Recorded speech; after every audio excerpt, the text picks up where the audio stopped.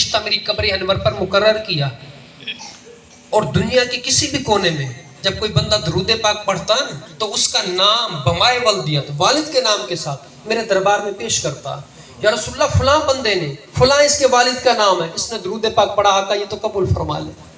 حاضری لگتی ہے اللہ کے محبوب کے دربار میں۔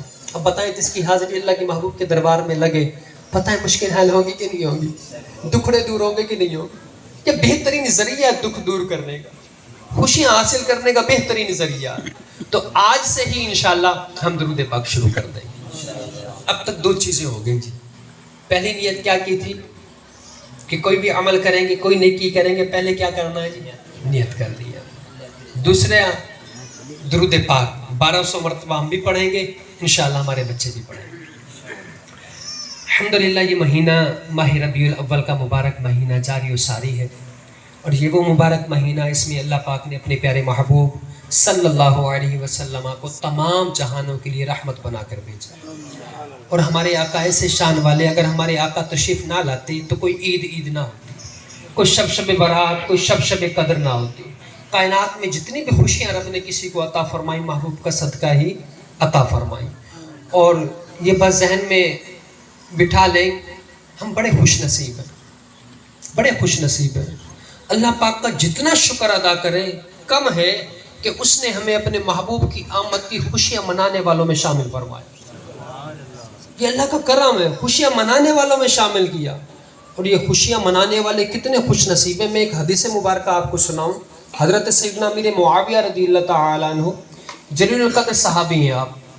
حضرت امیر معاویہ رضی اللہ تعالیٰ عنہ جنتی صحابی ہیں، اور آپ کی ہمشیرہ حضرت سیدتنا ام حبیبہ رضی اللہ تعالیٰ عنہ یہ آقا کے نکاح میں تشریف لائی تھی۔ تو ایک مرتبہ آقا علیہ السلام اپنے مبارک گھر میں تشریف لائے تو دیکھا کہ حضرت سیدنا امیر معاویہ رضی اللہ تعالیٰ عنہ موجود ہیں، اور حضرت سیدتنا ام حبیبہ رضی اللہ تعالیٰ عنہ ان کے سر میں کنگھا کر رہی ہیں۔ جب آقا کریم علیہ السلام نے دیکھا تو فرمایا، اے ام حبیبہ تم معاویہ سے محبت کرتی ہو؟ عرض کی آقا میرے بھائی ہیں، مجھے پیار ہے ان سے، محبت کرتی ہوں ان سے۔ تو اللہ کی محبوب نے ارشاد فرمایا، اے ام حبیبہ اللہ اور اس کا رسول بھی معاویہ سے محبت کرتا ہے، وہ امیر معاویہ رضی اللہ تعالیٰ عنہ۔ آپ فرماتے ہیں ایک دن مسجد نبوی شریف میں ہم موجود تھے، صحابہ موجود تھے، اور موجود جو مسجد نبوی شریف میں صحابہ تھے کیا کر رہے تھے؟ فرماتے ہیں اللہ پاک نے اپنا محبوب بھیج کر جو ان پر احسان فرمایا، اس احسان پر یہ اللہ کا شکر ادا کر رہے تھے، اللہ کے محبوب کا ذکر کر رہے تھے۔ تو نبی کریم علیہ السلام اپنے مبارک حجرے سے باہر تشریف لائے اور فرمایا، صحابہ تم یہاں بیٹھے کیا کر رہے ہو؟ پوچھا صحابہ سے، تو صحابہ عرض کرتے ہیں، یا رسول اللہ صلی اللہ علیہ وسلم آقا اللہ پاک نے آپ کو بھیج کر جو ہم پر احسان فرمایا، اس احسان پر ہم اللہ کا شکر ادا کر رہے ہیں۔ سبحان اللہ۔ سرکار کی آمد، سرکار کی آمد، سرکار کی آمد، آمد مصطفیٰ مرحبا مرحبا۔ اور یا رسول اللہ صلی اللہ علیہ وسلم آقا آپ کا ذکر کر رہے ہیں۔ تو نبی کریم علیہ السلام نے جب یہ سنا تو ارشاد فرمایا، صحابہ کیا تم اس پر قسم اٹھا سکتے ہو؟ واقعی یہی کر رہے ہو؟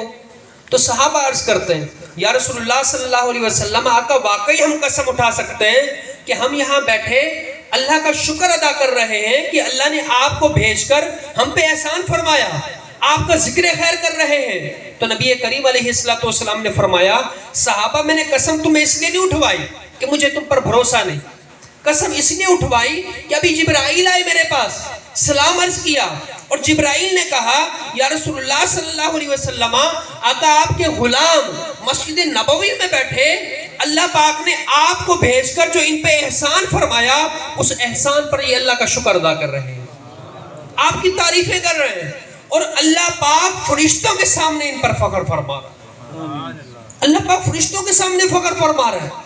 رب فرما فرشتوں دیکھو یہ میرے محبوب کا ذکر کر رہے ہیں، میرا شکر ادا کر رہے ہیں، کیوں کہ میں نے انہیں اپنا محبوب دیا۔ اب آپ بتائیں مجھے، ہم یہاں بیٹھے کیا کر رہے ہیں جی؟ ہم بھی تو یہی کر رہے ہیں، یا اللہ تیرا شکر تو نے اپنا محبوب دیا، یا اللہ تیرا احسان تو نے ان کا غلام بنایا۔ یا اللہ تیری مہربانی تو نے ان کا مبارک دامن ہمارے ہاتھوں میں دیا، ہم بھی تو بیٹھے وہی کر رہے ہیں.